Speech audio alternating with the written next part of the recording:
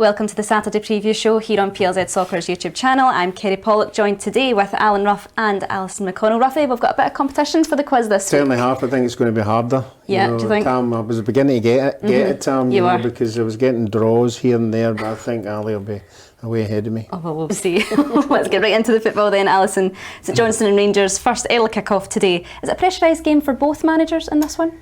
I think so. I think there's a really strong argument to say that Michael Beale's under more pressure even than his counterpart up at St Johnstone. I think anything other than 3 points this afternoon, I think just invites further scrutiny in his position to the point where I actually think where he cannot afford to drop any points today. Yeah, Ruffy, do you agree with that as well? Yeah, I agree with that. You know, I think the league results are really important. I think it'll be a disaster in Europe, but it'll be the one that might just tip it. Right. We're already hearing rumblings, quite rightly so, when you get beat by Celtic, but if you ask any Rangers or Celtic manager, they'll say every game's got to be won. That's and it. Certainly St Johnstone is a place a lot of people didn't like going, you know, in past years, but St Johnstone have got their act together, but I still think Rangers might just have too much for them. Yeah, Todd Cantwell, as we said earlier this week, that he's going to be out for 3 to 4 weeks. Was he one of the brighter sparks in this Rangers side, do you feel? I think last season, at the end of the season, we were all looking for him kicking on this season because we saw he had a wee bit of magic in him. You know, I don't think we've seen it this year yet. You know, maybe it's because he's been carrying an injury or whatever.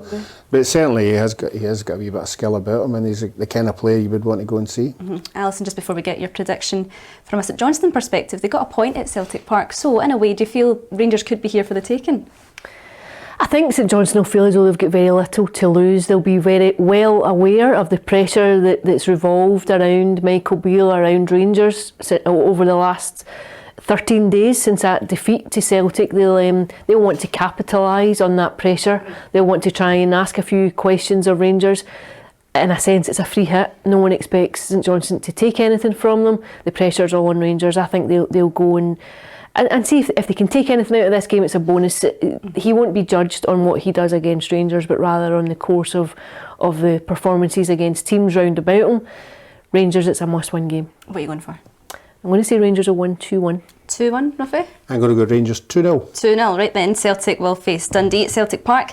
Leila Bada, Alison, sidelined for 3 to 4 months, we're hearing, with an injury, but they've got loads of cover in that area, so it's not as much of a blow as what some Celtic fans might feel. Yeah, I think he will be. I think it'll be very disappointing for Celtic to have him out. I think you've seen the creativity and the menace that he presents in forward areas. I think Brendan Rodgers was irked at the manner of how he picked up the injury while he was away in international duty. Felt as though it could have been managed better. He'll be disgruntled at the fact that he's now looking at 3 to 4 months without one of his really creative players. I think maybe in a domestic sense he's not much of a miss, but when you consider that Celtic are about to go into a Champions League campaign, I think they will feel his absence. I would reiterate that on a personal level, I think this is a Celtic squad that's weaker than what it was at the close of last term. So I think when you're without a key player, and Leila Bada, if you look at his goals and his assists, I think would have to be considered as a key player, then I think his loss will be felt keenly by Celtic. Definitely. And Ruffy, for Dundee, we say this every week, they're a side to be contended with. Yeah. 1 defeat and 6 though, that's not bad. Yeah, no, I mean, I tipped him to be down there, the bottom two for most of the season. Yeah, he's dug out some results against some of the teams that probably thought of being. I think this is a big test for them now, because we've seen new teams coming into the league and going there to Parkhead, and if they don't park the bus, they get thumped. You know, I've seen it 5, 6, 7. So it'll be really interesting to see how he sets out his stall. Yeah. You know, if he tries to hit them on a break, or which he would have to. You know, but I think they'll know they're going there. That if Celtic are firing on all guns, you know, it could be a bad day. But remain to be proved wrong again. Yes, what are you going for in this one? I'm going to go Celtic 3-0. 3-0, Ali? 3-0. 3-0 as well, right. Hearts will face Aberdeen. This will be a big tie, Alison, I feel, between the two sides. Yeah, you would think so. I think it's been a very poor start to the season for Aberdeen. I think you would have expected more from them by this stage. I know they've brought in a lot of players, but I think it's been a very a really poor beginning to this season, and I think Hearts will fancy their chances at home at Tynecastle of going and just putting a wee bit of pressure on Barry Robinson's side. They recorded their 4th defeat in a row to Motherwell before the break, Ruffy. What do you feel is not clicking at Tynecastle just now? I don't know. I don't think it's getting to do with the manager thing, because these things go on behind the scenes. You know, the players will know exactly who's calling the shots, and well, we all know who is calling the shots now. But certainly, I don't think that should be a problem. The problem, I can't understand, they've not scored in 3 games. Is that right? Yeah, I don't think they've scored at all in the last 3 games, which is surprising. So I can't see them going to Tynecastle and having another, 0. So surprised with Aberdeen getting beat with Hibs. I didn't see that one coming. No. I think they were looking for some kind of reaction up there. So I think this one's a hard one, a really hard one to I think so too. So I'm going to go for the home advantage on this one. What scoreline? 2-1. 2-1. Ali? I go 1 each. 1 each or draw, right, okay. We've got Kilmarnock and Hibernian up at Rugby Park, and a face arrives in Edinburgh. Nick Montgomery, can he turn the fortunes of the High Bees round, Alison?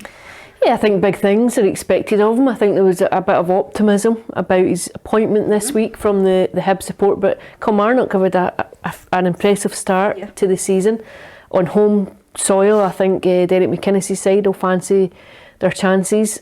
I think sometimes you always look to see if there's that new manager bounce, to see if there's a reaction immediately to someone coming in. But I think Kilmarnock have shown that there are no pushovers at Rugby Park, and we speak repeatedly about that surface, how it works against teams that are so used to playing on grass. I think it's an interesting one. I think I might go for a draw. A draw as well. Were you expecting a reaction from Hibs?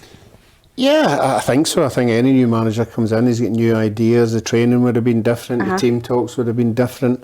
And I think the player-wise, I don't think there'll be much difference. But obviously getting a result at Aberdeen gives them a bit of confidence. Yeah. I think Kilmarnock were maybe shocked by that Ross County result. I don't think anybody thought Ross County would go in there and win that one. So, like Alison, I think they've got the advantage, but I'm going to sit in the fence in this one as well. I'm going to go 1 each. 1 each, okay then. Well, Motherwell and St Mirren, Alison. Motherwell are right up there at the top end of the table. Do you see them being a team that will challenge the top 2, top 3 all the way to the end of the season?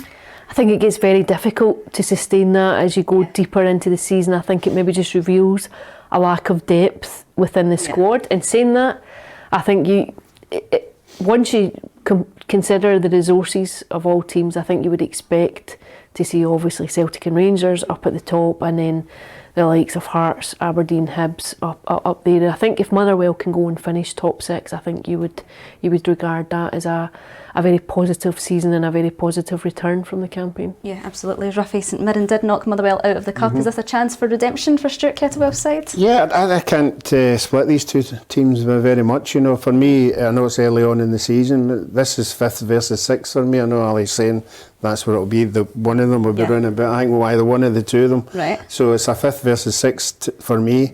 I think St Mirren have been superb this year, but again, so on Motherwell, I was going to sit in the fence, but I'm not going to sit in the fence. I'm going to stick with Motherwell. I'm going to go Motherwell to win 2-1. 2-1. And what did you say? 2 each. All right, okay. And finally, we've got Ross County and Livingston. Just a point separating the two sides just now, Ali. Do you see a lot of goals in this game? No. that's my quick answer on that one. I'm not sure. Yeah, I think they might cancel one another out too. I'm not seeing a goal fest up at Dingwall. No, Ruffy, do you feel these two sides could potentially be pushing for top 6 this season? Yeah, I think they'll be there or thereabouts. Yeah. Not Livingston. Not Livingston, right. I just think this is going to be a really tough time. Obviously, there's things going on behind the scenes with the takeover and shares.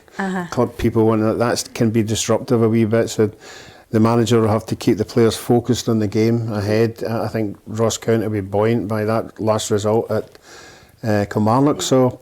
No, I'm going to go Ross County. I'm going to go Ross County quite confident. I'm going to go 2-0 Ross County. All right, okay. And you said draw? I'm going to say 1-0 Ross County. Oh, 1-0 Ross County. Okay then. Well, we've got to our quiz, our favourite part of the show, right? Fastest answer wins. So this answer, it's closest to the answer, right? So the answer's a number. Okay. How many points do both Celtic and Motherwell sit on currently? 10. Correct. On Ruffy. That's quick on the time. That is quick on the time. That's a new record. Right. Who is St Mirren's top goal scorer? O'Hara. Wrong. Grieve. Alec Grieve. Grieve. She got a guess in there, right? Third question. You need this one. No. East End Park is the home of which Scottish champions? Oh, well done. Right, 2-1. We'll be a bit of composure Right, here. you know, we need to get ourselves together, right? Who currently sits at the foot of the Premiership St table?